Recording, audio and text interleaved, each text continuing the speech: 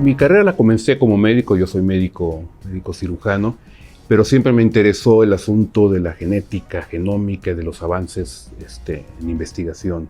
Yo laboré desde que salí de la carrera, que terminé mi maestría y mi doctorado en los Institutos Nacionales de Salud, primero en el Instituto Nacional de Cancerología y desde hace 15 años aquí en el INMEGEN. Durante este tiempo mi interés siempre ha sido ser y participar en investigaciones de punta que puedan brindarle la nueva tecnología y los nuevos avances de la medicina a nuestra población. Y es por eso me interesa en trabajar justamente con la genómica, ¿no? Que en los últimos años ha demostrado ser probablemente el área con más avance a este respecto en la medicina y la que nos puede ayudar y brindar muchísimas oportunidades tanto de diagnóstico como de tratamiento.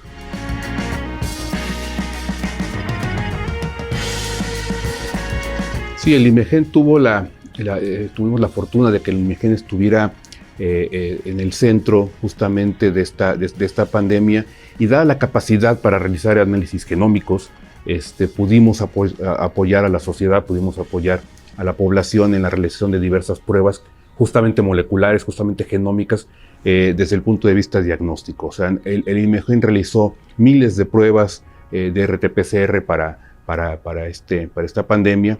Pero de manera más importante lo que pudo hacer el INMEGEN es caracterizar cómo está evolucionando el COVID en el país. Entonces nosotros podemos secuenciar, es decir, establecer la lectura de los nucleótidos del ADN de los virus y poder determinar cuando una de las variantes aparece, cuando alguna de estas variantes cambia, cómo se está distribuyendo, cuál aumenta, cuál disminuye. La única manera de hacer esto es mediante alta tecnología, mediante genómica, y nosotros tenemos la experiencia y las herramientas tanto técnicas de recursos humanos para realizarlo. Entonces el INMEGEN estuvo durante toda la pandemia y lo sigue haciendo, secuenciando el genoma de COVID, y eso nos ha permitido obtener toda la información que luego se alcanza a ver en colaboración con otras instituciones que luego vemos en los periódicos, ¿no? Que tal variante apareció, tal variante subió, tal variante va bajando, y esto solo se logra mediante estudios genómicos, ¿no? Y finalmente, bueno, hemos apoyado también en la logística para poder ampliar el esquema de vacunación para COVID, ¿no? Las instalaciones del INMEGEN han sido muy útiles a ese respecto. Y fuera del apoyo directo que les comento, que es en medio de la pandemia, también diversos investigadores se dedicaron justamente a estudiar la manera en que podíamos detectar de una manera más fácil y económica y ver cómo se distribuían los cambios epidemiológicos. Dentro de la institución se crearon nuevas pruebas para el diagnóstico de COVID, que aunque haya terminado de alguna manera la pandemia, esta metodología que se elaboró para pruebas rápidas puede ser ahora utilizada, esperamos que no suceda, para nuevas emergencias epidemiológicas por agentes patógenos, y es el uso, por ejemplo, de CRISPR-Cas, edición genética. Ese tipo de herramientas se están trabajando en el INMEGEN a partir de la pandemia para estar preparados por si llega a suceder alguna cuestión nueva, ¿no?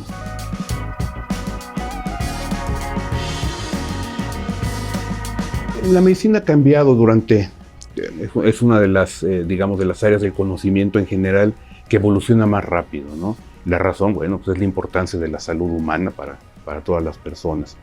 La manera en que funciona la investigación para el diagnóstico y el tratamiento de enfermedades durante muchos años, cómo funcionó, fue descubrir algún medicamento que podía tener algún efecto en alguna enfermedad.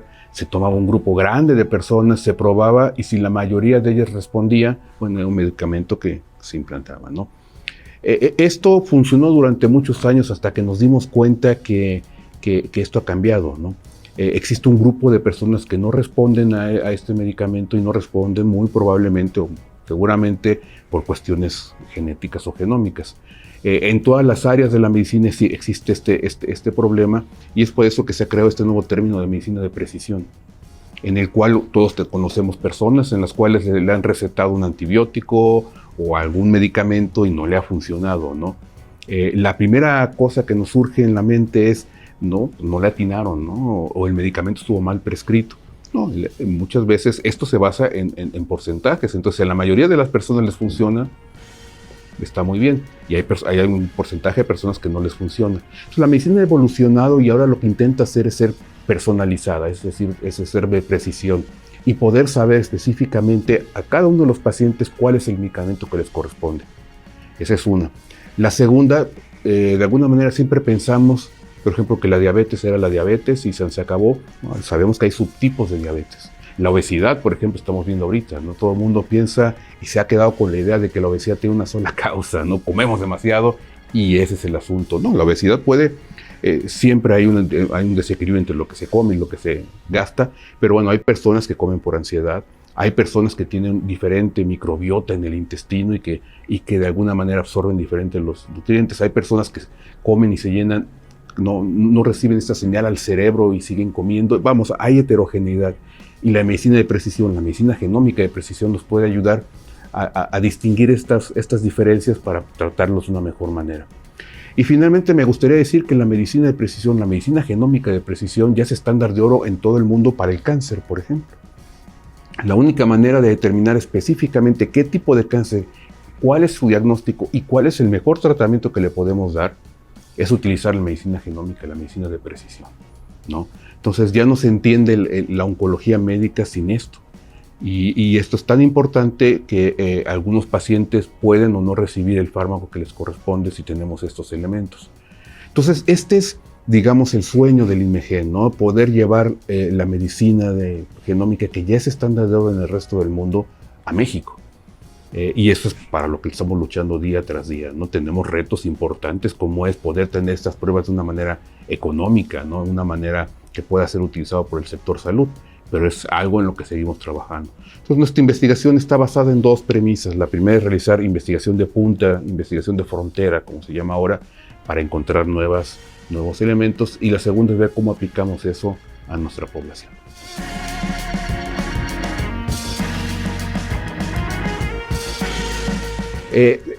Es algo complicado decirlo porque yo estoy, digamos, muy enfocado a una área específica de la medicina. No digo como investigador, me refiero como médico, que es el cáncer.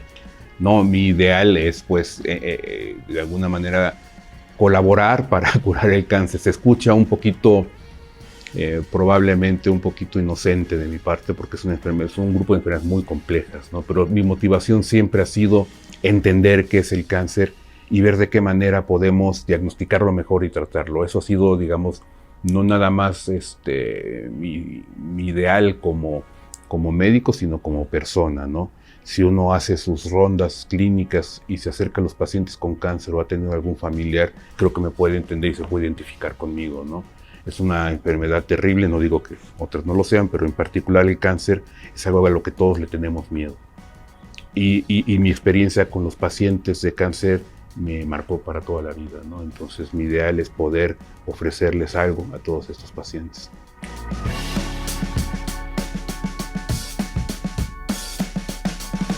Bueno, representa, digamos, un ideal cumplido, ¿no? Un sueño cumplido, porque siempre puede ser un poquito difícil de entender el hecho de que uno quiera llevar, tiene una idea de cómo llevar la investigación por cierto camino, las cosas que uno puede hacer o no puede hacer. La única manera de poder llevar la investigación genómica en el camino que uno piensa que es el mejor es ser el director. Esa es la primera. Y la segunda es el amor que le tengo a la institución, ¿no? Es una institución que me ha dado mucho, es una institución que pues vine a ser desde antes que tuviéramos esta sede. Estuvimos en una sede en el periférico, en el edificio Zafiro, y bueno, la vi crecer desde que éramos unos cuantos, poquitas personas en un edificio, no teníamos ni sede, a tener estas grandes instalaciones y a rodearse y a crecer con un montón de talento mexicano, gente que fue al extranjero o que no salió al extranjero, pero que ha demostrado ser realmente brillante en su área. Y realmente, pues es como cuando uno tiene un hijo, ¿no? Uno lo ve desde pequeñito y ve cómo crece y se empieza a sentir orgulloso de todos los logros que va teniendo, ¿no? El instituto ha tenido grandes logros en investigación a nivel internacional. Probablemente es uno de los institutos que más ha recibido atención a nivel internacional, y eso me llena de orgullo, ¿no?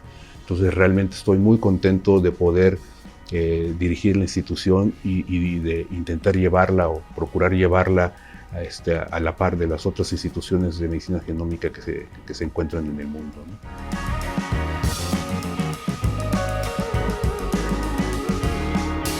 Bueno, no creo que pueda yo definir un solo reto porque este tipo de instituciones, los institutos nacionales de salud y en general cualquier institución hospitalaria se enfrenta a múltiples retos, ¿no?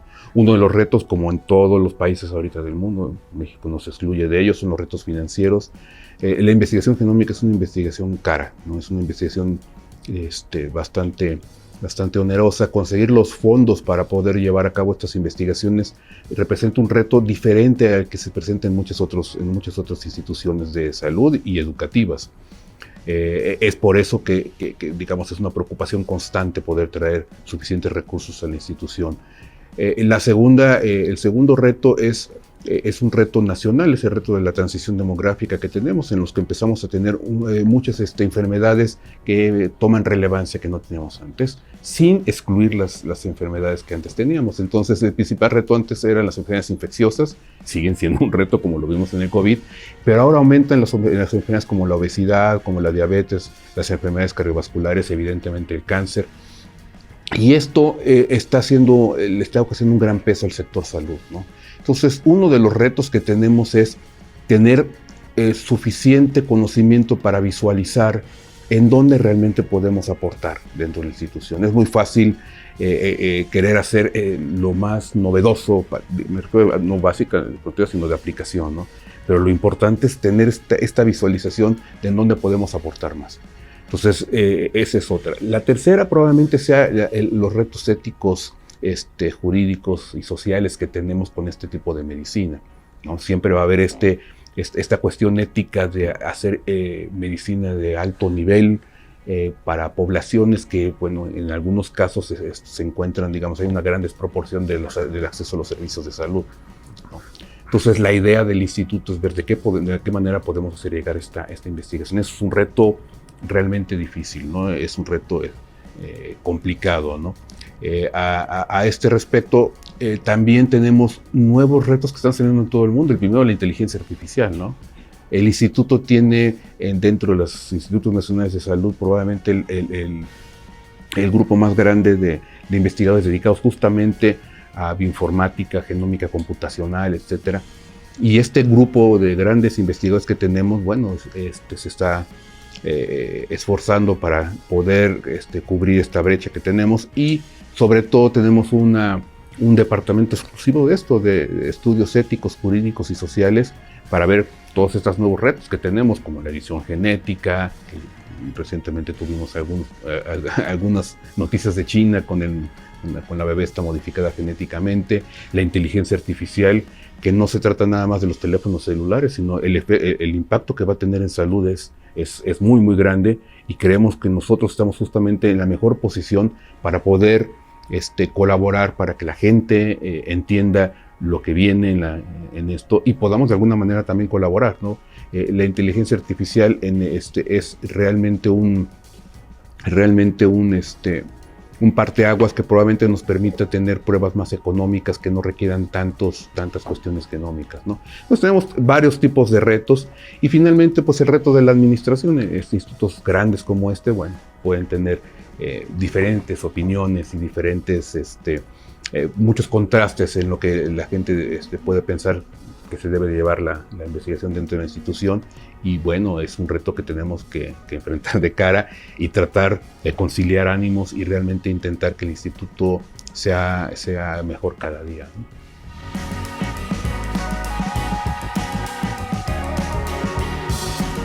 El instituto tiene diversas áreas, no puedo hablar de una sola. En cuanto a la genética de poblaciones, tenemos uno de los grupos más importantes que en el país, y yo diría de Latinoamérica. La genética de poblaciones nos permite entender de dónde venimos, ¿no? Claro, esto lleva siempre a algunas cuestiones éticas por todo tipo que hemos enfrentado. El IMEGEN estaba en el centro de descubrir quiénes somos, es decir, cómo se pobló Latinoamérica, cómo se pobló América, digamos, en general. Estudios genómicos publicados en revistas de muy, muy alto impacto, como Nature, etc., ha estado el IMEGEN presente en estos estudios y nos ha dado una idea y ha cambiado algunos paradigmas que teníamos, ¿no? La diversidad étnica del país es enorme, ¿no? El IMEGEN ha determinado esto en colaboración con muchas instituciones jugando un papel central, y hemos descubierto que la heterogeneidad dentro del país étnicamente es muy, muy, muy grande. La importancia de esto, fuera del asunto de entendernos a nosotros mismos, es que nos ayuda a definir muchas de las estrategias que podemos tener en la medicina genómica, ¿no? Esta diversidad, no nada más por el lado médico, sino por el lado cultural, nos enriquece, ¿no? Y esto ha sido un gran aporte. En segundo, este mismo grupo de estudios nos ha ayudado a descubrir variantes genéticas que hacen que el mexicano promedio tenga mayor predisposición, por ejemplo, a diabetes, ¿no? O enfermedades cardiovasculares, por ejemplo, incluso enfermedades neurológicas o neuropsiquiátricas, ¿no? Entonces, el descubrir que existe algún gen que predispone, digo, no es obligatorio que eso sea, simplemente es una predisposición, nos ayuda a mejorar las aproximaciones en salud pública a este respecto, ¿no? Eventualmente es nuestra idea poder identificar aquellas personas que tienen el más alto riesgo para echarle todos los recursos directamente, ¿no? Otros avances o aportaciones que hemos tenido, el INMEGEN participó en el consorcio más grande de investigación de cáncer en el mundo, ¿no? Es el International Cancer Genome Consortium, que realizó secuenciación de miles de muestras de cáncer para determinar las causantes del mismo.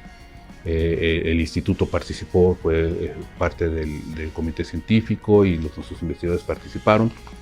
Y esta participación permitió entender, por ejemplo, las causas genéticas de tumores como el cáncer cervicuterino, el cáncer de mama, tumores pediátricos, etcétera, ¿no? Y de esta manera hemos señalado algunos nuevos blancos terapéuticos que pueden ser utilizados. Esto ha llevado, por ejemplo, a la generación de patentes, cuya idea va a ser desarrollarlos en los próximos años, patentes sociales, que es lo que hacemos aquí, o sea, patentes que se van a aplicar por el sector salud para tratar de hacer esto. Por el lado del diagnóstico genómico, nosotros somos, por ejemplo, la primera institución en el país, somos los pioneros en hacer lo que se llama diagnóstico agnóstico. Esto es tener un paciente que clínicamente sabemos que tiene un síndrome hereditario, pero no sabemos, no cubre ninguno de los criterios y no sabemos realmente qué es lo que tiene. Entonces, y nosotros lo vamos por primera vez en el país y creo que en Latinoamérica, pero no me tomen la palabra en eso, no lo he revisado bien, pero por ejemplo en el país, en descubrir, por ejemplo, la presencia de un gen y un síndrome específico mediante secuenciación, cuando no se tenía idea qué era lo que tenía. Entonces, estamos avanzando esto y estamos brindando este tipo de servicios y de investigación para avanzar en este tipo de diagnósticos. Y estamos ahora aportando nuevas pruebas diagnósticas genómicas para este tipo de casos de síndromes, de enfermedades raras y síndromes complicados que requieren un diagnóstico genómico para saber cómo tratarlos, ¿no?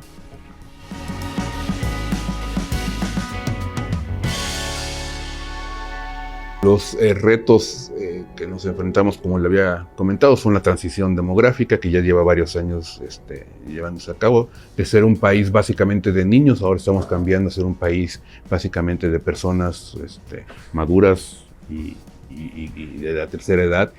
Y entonces el reto es justamente ver cómo obtenemos los recursos de una población menor, es decir, que hay menos personas trabajando en edad productiva y una proporción mayor de personas que ya no trabajan y que requieren estos servicios. Entonces aumentamos todas las enfermedades crónicas.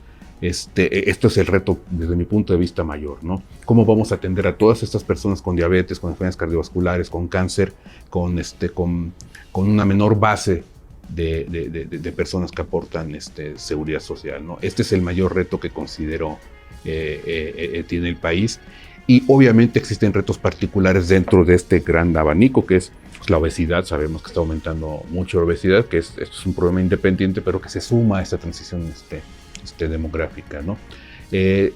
Los retos en estos cambios que se están sucediendo, y segundo, las nuevas posibilidades terapéuticas que están apareciendo, a las cuales por razones comerciales es muy difícil acercarse. hacen complicado el manejo de la salud en el país, ¿no?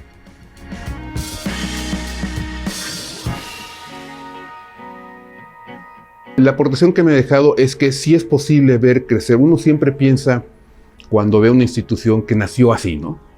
Que es una institución grande, que de repente, de la noche a la mañana, como las pirámides, desde nuestro punto de vista, apareció y ya estaba hecha y derecha. Y no, en realidad no es así. En realidad son pequeños, digamos, pequeñas partes que se van juntando, pequeños legos que se van juntando, viéndolo desde dentro, uno no ve estos avances viéndolos desde fuera, sí se ve cómo crecen, ¿no? Y de ser 3 personas, 5 personas haciendo investigación, de repente tener 67 investigadores y empezar a ver artículos de extremado impacto en las revistas más importantes del mundo y ver desarrollos aplicados que empiezan a surgir y viendo que se están atendiendo miles de pacientes para pruebas de algo que era un piso en un... Bueno, ese es un aprendizaje grande desde mi punto de vista, porque habla de la capacidad que tenemos en el país para hacer cosas, ¿no? Y ese es el principal aprendizaje que tengo, ¿no? Que somos capaces de crear grandes instituciones y esas grandes instituciones encaminarlas a cosas buenas, ¿no?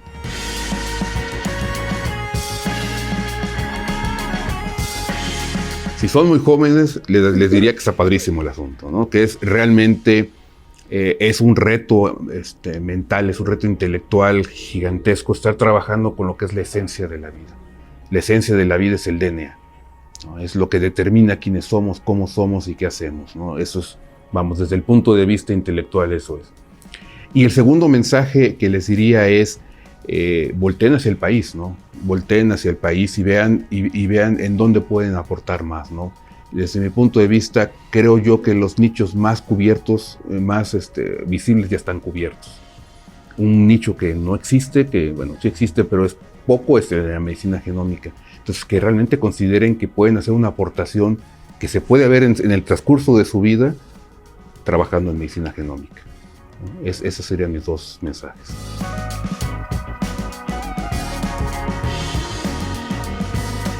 Pues que se sumen ya.